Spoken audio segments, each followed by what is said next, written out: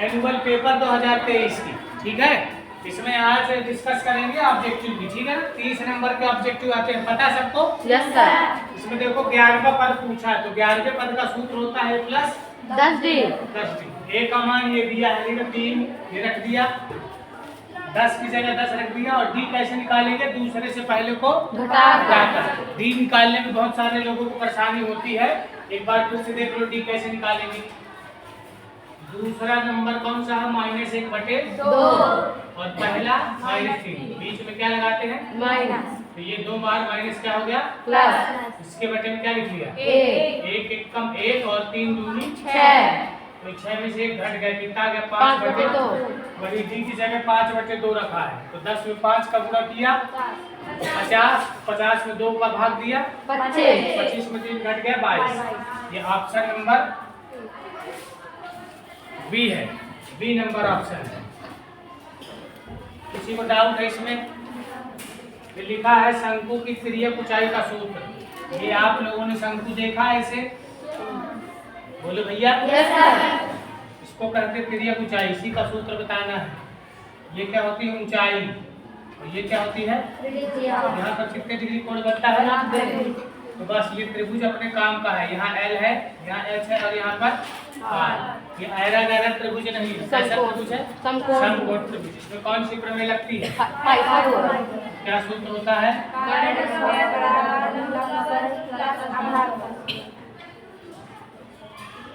कर्ण हो गया L, लंब हो गया H, आधार हो गया, यही सूत्र है, ठीक है। तो L² = H² + R²।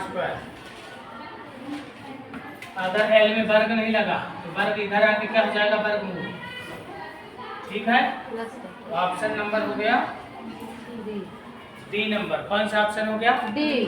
कोई परेशानी इसमें? तीसरा देख लो, 6 और 20 का क्या निकालना है? HCF। HCF मतलब जो संख्या दोनों में होती है वही HCF हो जाता है। तो 6 को 2 × 3 लिख सकते हैं।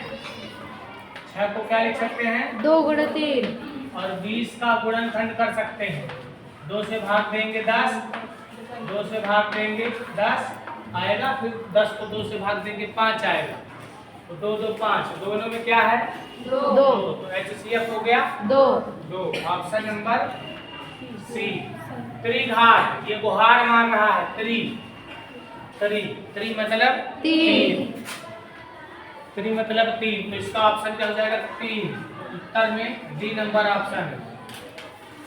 अद्वितीय हल कम से कम 50 बार इसको पढ़े होंगे। अद्वितीय हल का सूत्र कितने बार पढ़े होंगे? Option number B. ये याद होना चाहिए। ऑप्शन ABCD चेंज भी हो सकता है अगले पेपर में जो आएगा पेपर, ठीक है। द्विघात समीकरण, ये द्विघात समीकरण है। और अगर रैखिक समीकरण होता तो क्या हो जाता? AX धन B y धन C = 0। ये है रैखिक, ये क्या है? रैखिक। और ये ऊपर वाला क्या है? द्विघात। तो द्विघात समीकरण, इसका ऑप्शन नंबर हो गया ए। कौन सा ऑप्शन हो गया इसमें? AX² धन BX धन C = 0। समझ गए? Yes sir. चलो लिखो।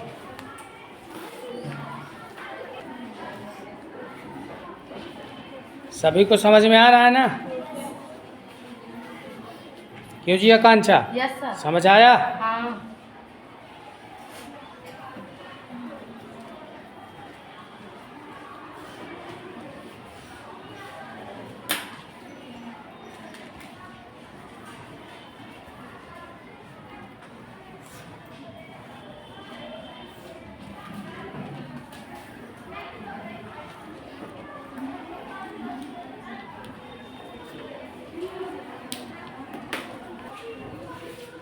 देखो योगेश्वरी हो रहा रिकॉर्ड? हाँ, इसमें लिखा है AP 5, 10, 15 का 10वां पद बताना है। कौन सा पद? 10। तो देखते चलिए, 50 करते भी चलते हैं अपन। हाँ, बहुत बढ़िया। 10वें पद का सूत्र हो जाएगा A धन 9D। 9D। A कितना है? 5। 9। D कितना आएगा? 10 में से 5 घटा दें, 5। D को निकाल लेते हैं, तो ये 5 आ गया। A कितना है? 5। तो 9 में 5 का पहाड़ा पढ़ो, 45 और 5 50 50। तो उत्तर क्या हो जाएगा? 50 50। तो भर देंगे डिब्बा में। ये आ गया 50। दूसरे क्वेश्चन में आते हैं। सभी कैसे त्रिभुज समरूप होते हैं? सभी लिखा है त्रिभुज समरूप होते हैं। 6.1 का प्रश्न है, पता है ना? तो यहाँ हो जाएगा सभी संभावित त्रिभुज समरूप होते हैं, बन जाएगा। तीसरा, किसी बिंदु, ये पढ़ के तैयार करके आना, लगा कर आना है, ठीक है? किसी बिंदु की x अक्ष से दूरी, x अक्ष से दूरी कोटि कहलाती है। x अक्ष से दूरी क्या कहलाती है? कोटि कहलाती है। कोटि मतलब बाई का मान। x अक्ष से दूरी क्या कहलाती है? कोटि। और अगर पूछ लेता बाई अक्ष से दूरी, ये हाँ ये भी लिख लेना है, बाई अक्ष से दूरी भुज।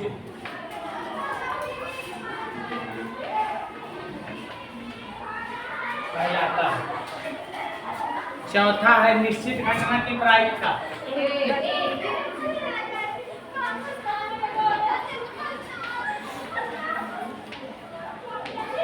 निश्चित घटना की प्रायिकता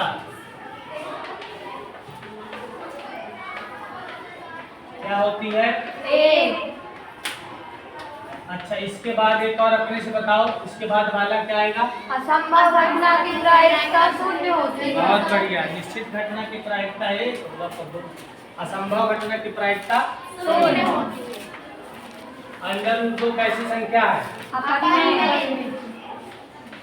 अंडर रूट 2 एक अपरिमेय संख्या। ऑप्शन में जान के नहीं दे रहा ताकि आप डायरेक्ट याद कर सके, याद करने वाला और समझने वाला समझ सके। अंडर रूट 2 एक अपरिमेय संख्या है। श्रीधराचार्य का नाम सुने हो? एक बहुत बड़े पागल हुए हैं जिनको गणित के अलावा कुछ काम नहीं था। बहुत बड़े विद्वान हैं हमारे देश के। श्रीधराचार्य ने एक सूत्र दिया। अब विद्वान लोग ज्यादातर पागल ही होते हैं।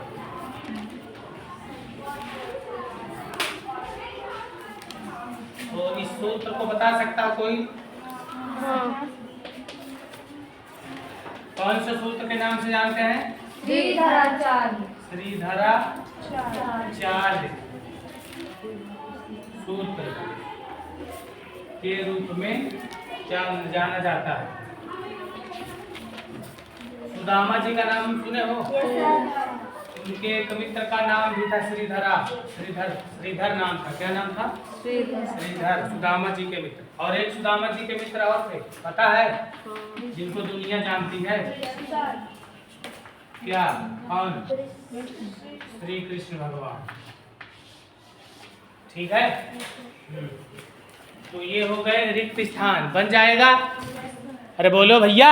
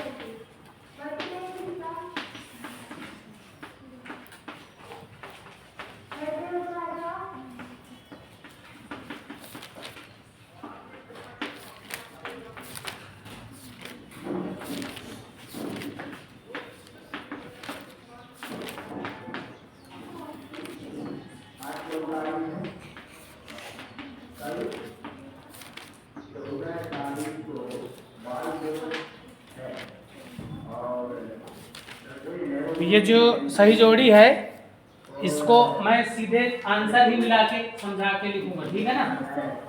देखिए पहले का आंसर 0 4 और 3 0, अपन को दूरी निकालना है। तो दूरी का सूत्र देखो, पहले को घटा दो, 3 में 0 को घटा दो, चाहे 0 में 3 को घटा दो, ठीक है। फिर 4 में 0 को घटा दो, 3 में 0 को घटाओगे 3, 4 में 0 को घटाओगे 4, 3 का वर्ग 4 का वर्ग 16 9 25 5 5 कर सकते हैं टुकड़ा, है ना। जोड़ा बाहर निकल आया, तो इसका उत्तर क्या हो जाएगा 5। समझ आया? अरे बोलो भाई। किसी को समझ में ना आए दोबारा पूछ लो। दूरी का सूत्र लगाया, इसमें दिखाया गया ना दूरी का सूत्र।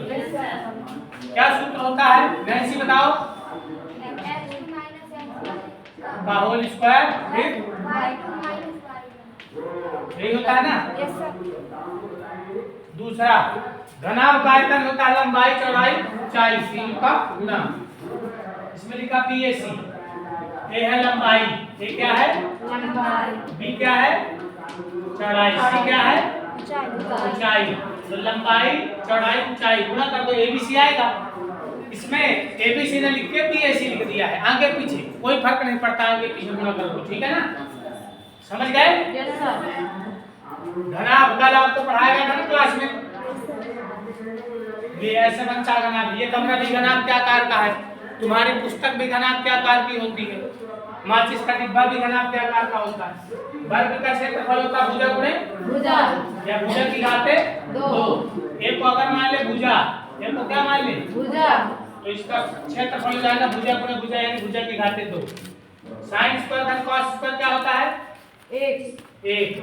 याद करना है साइन स्क्वायर थीटा धन कॉस स्क्वायर थीटा बराबर 1। थीटा की जगह यहाँ a लिखा है, साइन स्क्वायर 1 धन कॉस स्क्वायर बराबर 1। tan 90 माइनस थीटा, ये सूत्र याद करना है। और ये 6वां नंबर जो है आपको कई बार बताया जा चुका है, फिर भी एक बार देख लीजिए। ये है 9 sec square a minus 9 tan square a। दोनों में क्या दिख रहा है 9 को क्या कर लिया, तो कितना मिलेगा। ये तुम्हें डराने के लिए दिया है, ये 1 होता है, कितना होता है 1। सूत्र न काम बन जाएगा। ये सही जोड़ी हो गई। करिए उत्तर पढ़ेंगे। पहला लिखा उन्नयन कोण की परिभाषा। उन्नयन कोण, तो देखो ये कोई वस्तु है, क्या है वस्तु, और ये आंख है, क्या है आंख। आंख के सामने कौन सी रेखा होती है रेखा, और जहाँ देखते हैं अपन वो होती है दृष्टि रेखा। तो जो देख रहे हैं वस्तु को देखेंगे ना, दृष्टि रेखा हो गई। तो ये जो कोण बनेगा इसी को कहते हैं उन्नयन कोण। तो कौन सी दो रेखाओं के बीच बना है कोण, के बीच बनने वाले कोण को उन्नयन कोण कहते हैं। वस्तु कहाँ ऊपर, अब अगर वस्तु नीचे हो जाती, ये हो जाती वस्तु, तो ये कोण बन जाता अवनमन।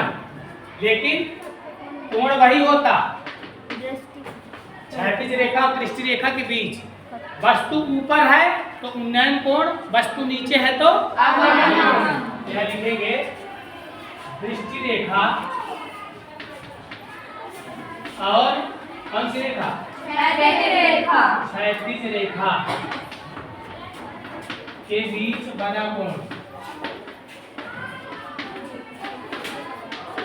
उन्नयन कोण होता है।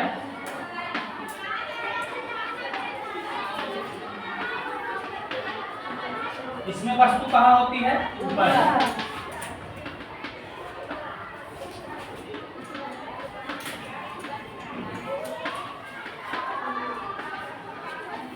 समझ गए? अगर यही वस्तु नीचे हो जाएगी तो क्या नाम हो जाएगा अवनमन। दूसरा देख लो, लिखा स्पर्श रेखा और वृत्त का उभयनिष्ठ बिंदु। देखो ये स्पर्श रेखा है, कौन सी रेखा है स्पर्श रेखा। और ये बिंदु कौन सा बिंदु है जो वृत्त पर भी है और स्पर्श रेखा पर भी है। इसका नाम बताना है, नेबुल से बताओ इसका क्या नाम है? स्पर्श बिंदु।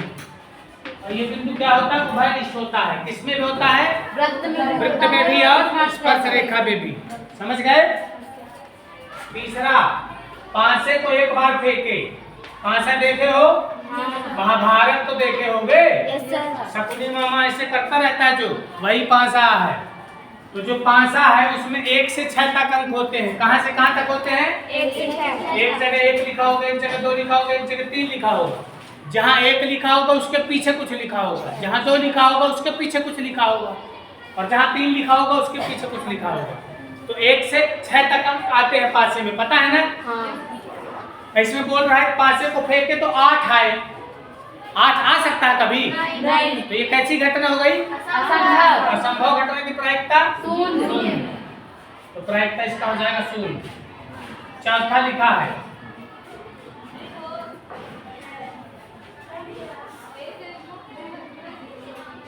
चौथा छोड़ो अभी, इसमें कुछ गड़बड़ लग रहा है। पांचवा देखते हैं। द्विघात समीकरण ax² धन bx धन c बराबर 0 के लिए विविध कतर का सूत्र बताओ। d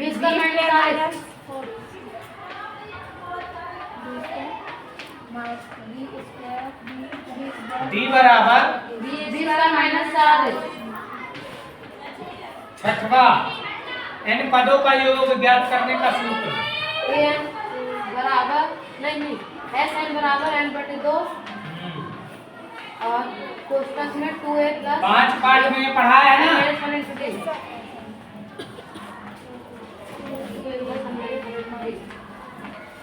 ठीक है, कर लो।